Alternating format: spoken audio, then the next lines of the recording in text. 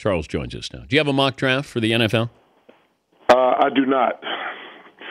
I mean, I don't.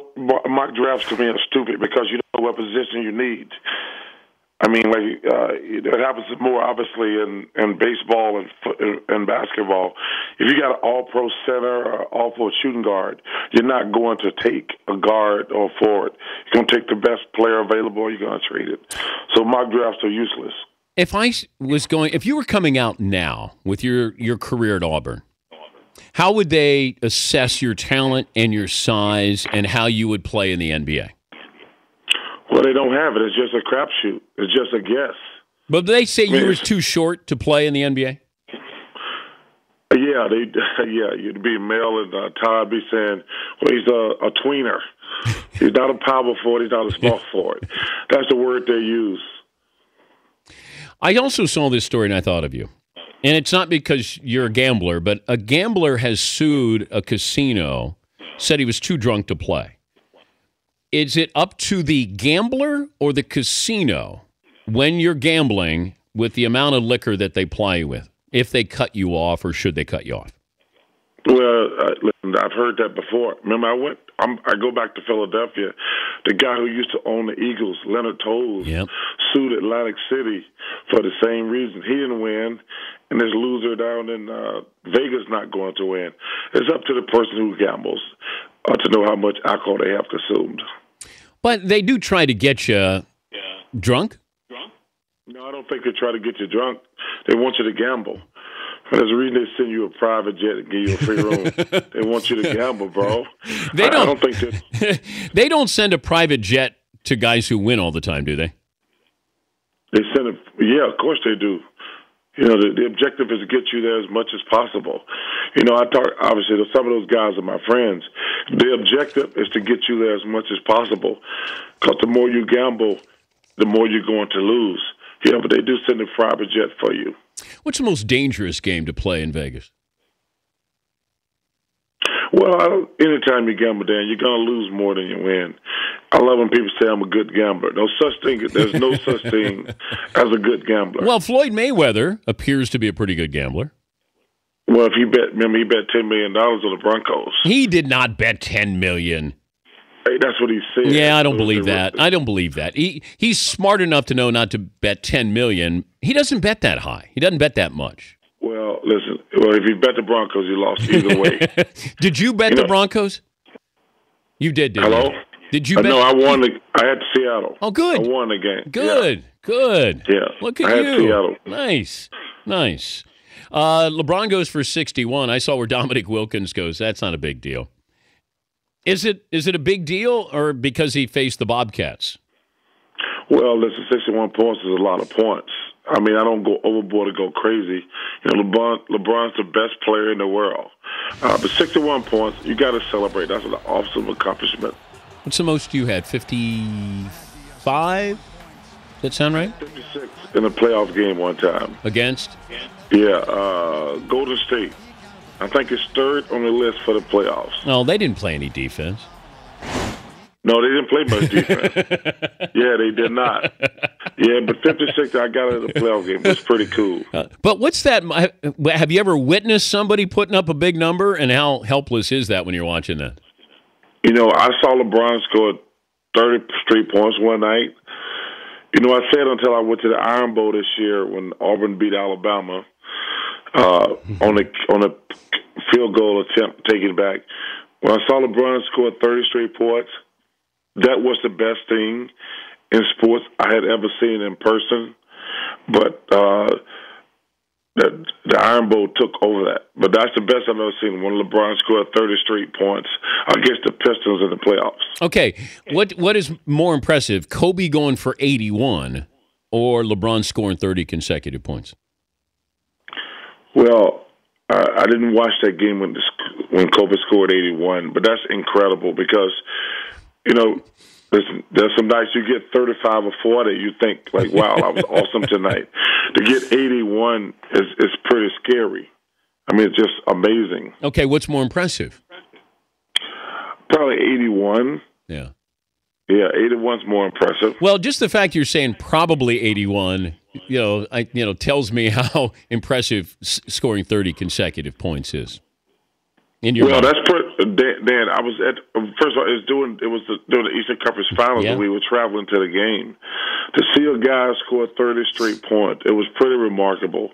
I mean, it was flat out remarkable. It was awesome to watch. He's Charles Barkley, the NBA on TNT. Sixers. It seems like it's front office tanking here. Got a problem with it? I don't. Teams always tank. You know, it's interesting, Dan. I love these guys. You got all these clowns on television and talking about tanking. Hey, didn't Miami Heat tank when they got LeBron, Dwayne, and Chris Bosh? If you go back and look at that, so did the New York Knicks. They tanked. Cleveland tanked. I don't understand why everybody's going crazy. I actually like what the Sixers doing. You know, they're not trying to win. They got the Rookie of the Year and Michael Carter Williams. They're going to get no L back. They might get the number one pick in the draft. You know, they playing the game. But teams have always tanked. But I don't understand why people are going crazy now. When the Miami Heat treated everybody in the world and got way below the cap, and the Knicks, I think there were like 5 teams that was going after LeBron. They all tanked this season. They treated every player they had. I don't understand why people are going crazy now. Well, you had Brian Colangelo in Toronto who admitted to tanking. I think we've always assumed, John Lucas said when he was coaching Cleveland that they tanked to get LeBron James. You don't have too many guys who are going to say, yes, we're actually tanking. They have it open to interpretation. I think that's why, the story had legs. Well, that's just called honesty, Dan. You don't hear a lot of that in sports. Teams have always tanked.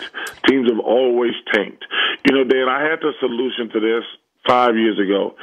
Don't give extra ping pong balls for losing. You know, I think only twice in the last 25 years was a team that had the worst record actually got the number one pick. So having more balls doesn't make you a winner. I've told David Stern this, now I tell Adam Silver, just give each team one ball. Like the lottery is pretty much set. It's been set probably for a month. Don't give teams extra balls for losing.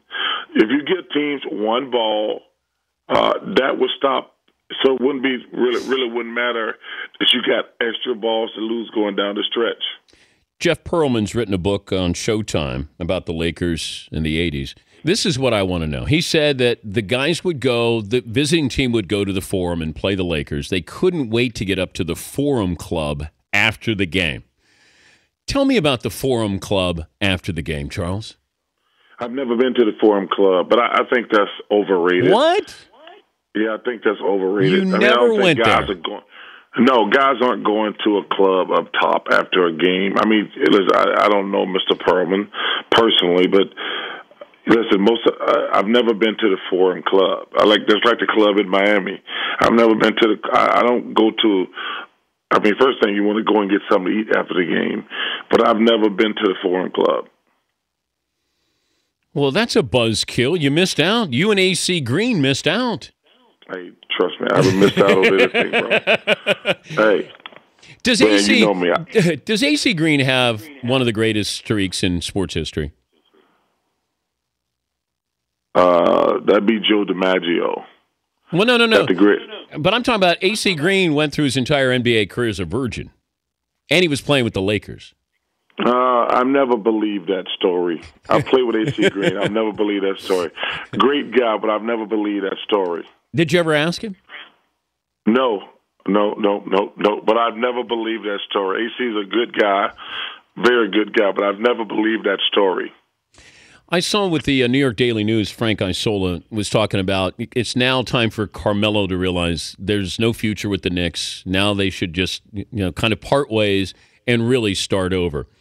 I guess the concern I would have is Melo wants to be paid as if he was staying with the Knicks. So now you're going to get into another situation, just like he did with the Knicks. They have to trade for him and then pay him accordingly. Everywhere he's going, this is just going to be, he's chasing his tail if he leaves, unless he says, I will take less to go to the Bulls or whoever it's going to be. How do you think this plays out in New York? Listen, the Knicks have just done a terrible job. Carmelo's a terrific player. great scorer, but the Knicks have just done a really bad job of putting players around him. You know, Dan, it's unfortunate. It's like Tony Romo, who's a terrific quarterback. In sports, they want you to be stars, and then when you don't win, they blame the stars. You know, I call it the ESPN disease. You know, they got a couple diseases over at ESPN. Every guy act like he knows everything about every sport. You know, they do. They got. I call it ESPN disease. All these guys get on TV every day. They're experts on every sport, and it drives me crazy. Did ESPN ever offer you, John? Oh, they call me every year, but I would never go there. Why? Well, because I think two things. I think, number one, they work their guys too hard, but also I think they manufacture stories. I do. I think they manufacture controversies. You know, the new thing in sports now is, did they win it or did they lose it? Or did one team win it or did one team lose it? It's always one team won it and one team lost it. You don't have to blame somebody. You don't have to blame somebody. I mean, that's the new thing in sports. We always have to blame somebody. We never, like over the weekend, nobody cared that the little Henley kid won.